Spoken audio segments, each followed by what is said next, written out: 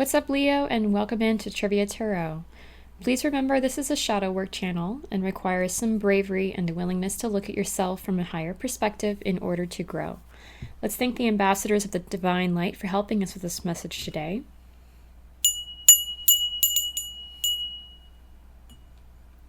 So when I checked in with your energy, I felt some jealousy and competitiveness coming from you, Leo. So let's see if we can get some more information.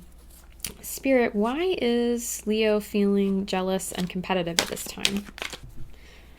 So Spirit gave me the card of First House and the number 39, and it came out in reverse. The imagery on the card has the earth in the center, surrounded by a stag with pink magnolia blossoms and its antlers. And with this coming out in reverse, this has something to do with the way that you are presenting yourself and being perceived. So you could be coming off as very jealous and competitive to those around you based on how you are presenting yourself. And with this in the reverse, I feel that your root chakra is being presented first. So this could be comparing yourself in terms of attractiveness, like maybe you are feeling competitive sexually. It could also be that you're not feeling very stable, like your foundations are a little shaky. So you might be feeling competitive or jealous of other people you perceive to be in a more stable place than you right now. And I'm being called to go ahead and read from the Oracle deck here, the Oracle deck book. This is the Star Codes Astro Oracle.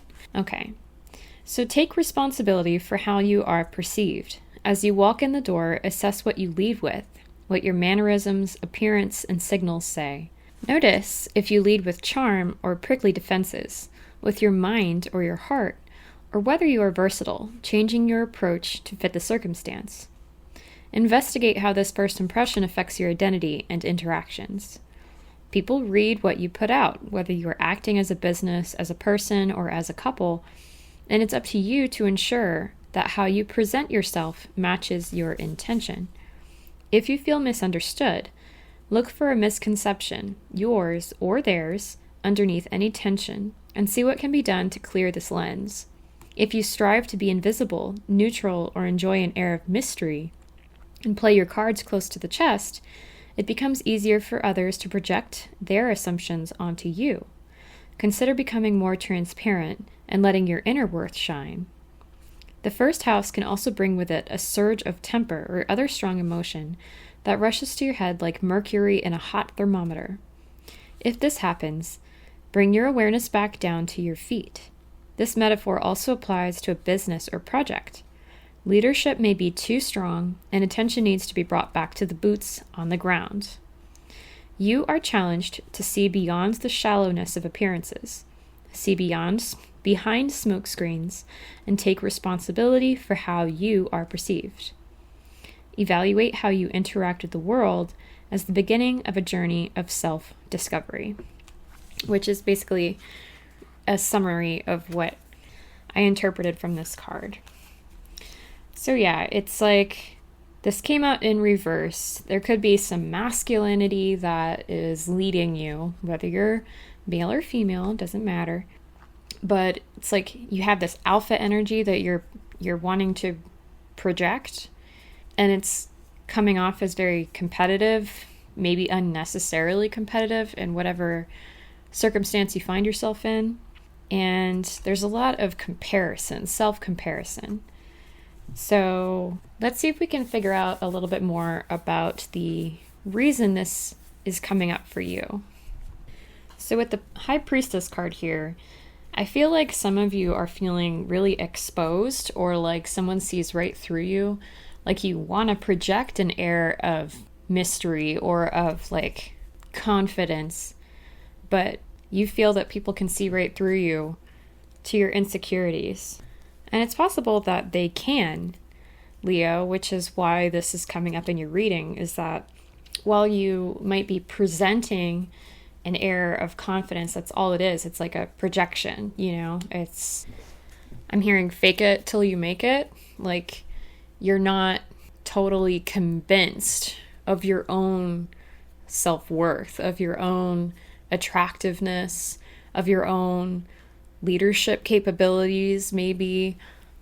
And you just feel exposed. You feel kind of like, that someone can see right through you. They can see where you are in life better than you can, maybe. So you might be dealing with somebody who is more experienced than you, or older than you, or, this could be a boss, this could be a family member, a friend, it could be a professor, or somebody that you are comparing yourself to immediately in your environment.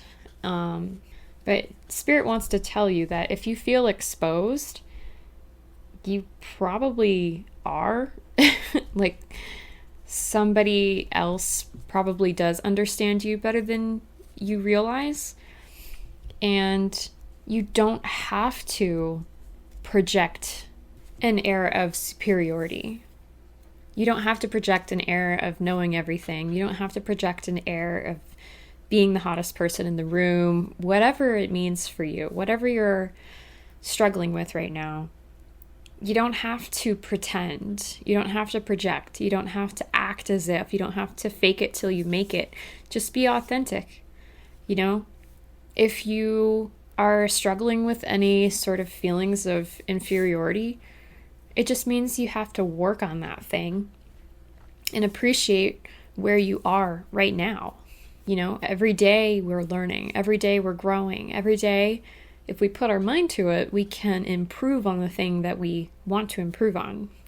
Tell me more, Spirit. What does Leo want to improve on? What do they want to project being the best at? So for some of you, you are feeling competitive in a spiritual sense. Maybe some of you are baby witches and you are feeling intimidated by somebody who is further along on the journey than you are. But again, like I was saying, if this is the case, man, you're in luck, because there are so many resources out there at this point for you to learn more about spirituality, which is the basis of magic. Spirituality first. When you look at the High Priestess card, she is holding the Torah. She has a cross on her chest. At her feet, there's the crescent moon. Behind her, you see the pomegranate fruits, which symbolize Persephone, and she's surrounded by the pillars of light and dark. So if you're feeling challenged, if you're feeling confused, if you're feeling, interesting that I said confused, it's like your insight is blocked because of this feeling of competitiveness.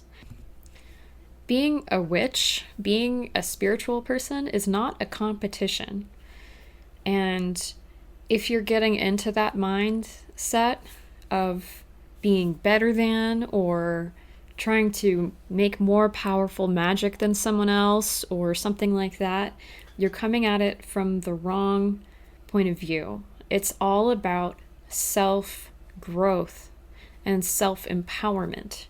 But it's important to remember that this is for the greater good. This is for the evolution of humanity and the evolution of your own genetic code, your own power of creativity, your own power of understanding.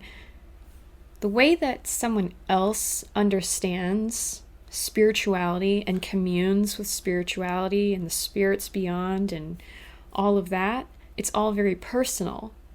For some of you, you might be comparing and getting stuck in a religious belief or like a dogma, like whatever you've learned is the only way, is the best way. Maybe you're coming at it from a particular code of thought.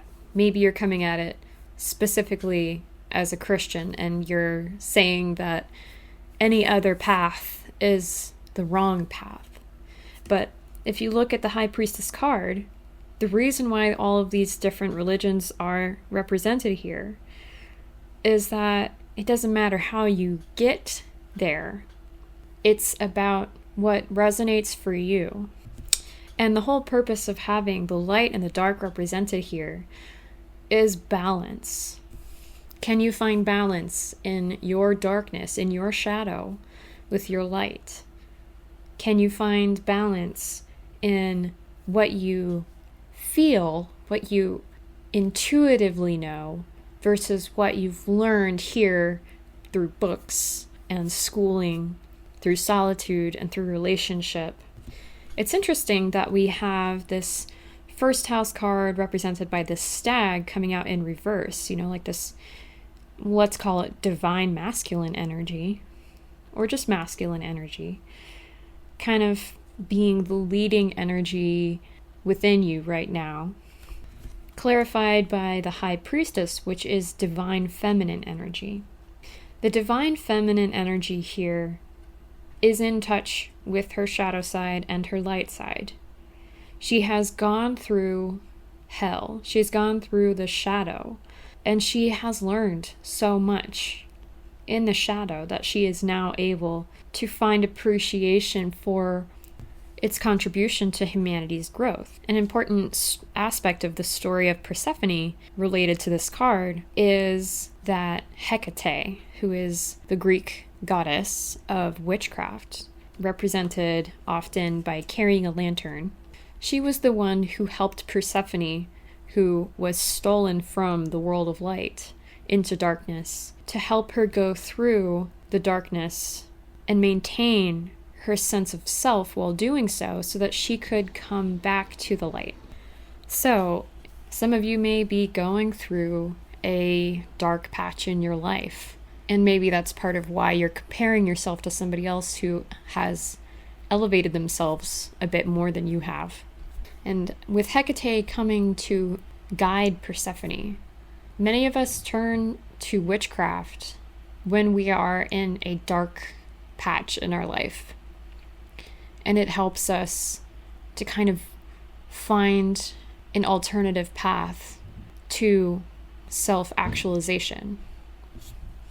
When the world around us, when the environment around us is telling us that we're something we're not, we turn often to the darkness, to witchcraft, to find our power again. But it is important to remember that witchcraft is not only darkness, it is also the light. And my goddess Hecate has corrected me in saying that witchcraft is a path of guidance back to the light through darkness, because we will continuously go through darkness throughout our life. And without having the strength of knowing ourselves and knowing our connection to divine, in her case, she was blessed by Zeus, a representation in the Greek pantheon of Almighty God. He blessed Hecate above all female goddesses. And for those who don't know, Trivia is her Roman name. And that's why I named this channel Trivia Tarot. I have a lot of love for Hecate and a lot of gratitude for how much guidance she's given me through the dark times in my life. The other thing that I'm being called to mention here is beware of toxic love and light behavior. What do I mean by that? You're projecting a certain air, Leo, and it could be that you want to come off as elevated. You want to come off as enlightened. And you want to come off as good, right? But this can lead to people-pleasing. This can lead to deceiving ourselves of what we really feel, because we're trying to avoid being, quote-unquote, the bad person by always being love and light. But Spirit has been saying to me often lately, don't say love and light when you really mean fuck you, okay? And here is the depth of why this is important. If someone is already operating in their darkness, and they're deceiving you, they're insulting you, they're putting you down, and all you say is love and light without actually expressing how you truly feel, which is angry, hurt, betrayed, you think they're bad people, probably, then they have no opportunity to grow. They also, with this High Priestess card, they know how you really feel about them. Like, if somebody says, what, you think you're better than me? And deep down, you really do. You feel like you're more attractive, you're better educated, you're a nicer person. And you say, oh no, I don't think that. It's a deception. It's basically you're gaslighting this person. And the more that people who are quote unquote love and light do this, the more suspicious those who are forced to operate in the dark are going to be. They won't be able to trust you because they already know, because they understand human nature probably better than you do. They already know that you are judging them. So if you really think that you're doing better than them, you can say, yeah, I've put way more hours into this than you. Or whatever the case may be. Essentially, honesty is always the best policy, even if you're going to hurt somebody's feelings, because you can move on from that. But if you're constantly going, oh no, everything's cool, everything's fine, deceiving yourself, deceiving them around you, how is that helpful? How is that helpful, Leo? Spirit is telling you, with this Strength card and the Misled card in reverse, to trust your intuition. Trust your emotional intelligence. That's where your strength is, especially if you are female. That's where your strength is. Don't deceive yourself of how you're feeling, and don't deceive others of how you're feeling. If somebody did you wrong, they know they did you wrong, and if they don't, they need to know so that they can decide whether or not they want to do better. And if they don't, then it's a good opportunity for you to realize that maybe they're not a good person to be in your life anymore. All right, Leo, I love you so much. Peace be with you. If you'd like to join the conversation, you can leave a comment down below. And if you'd like to thank Spirit, like and subscribe. And I will see you again soon. Bye.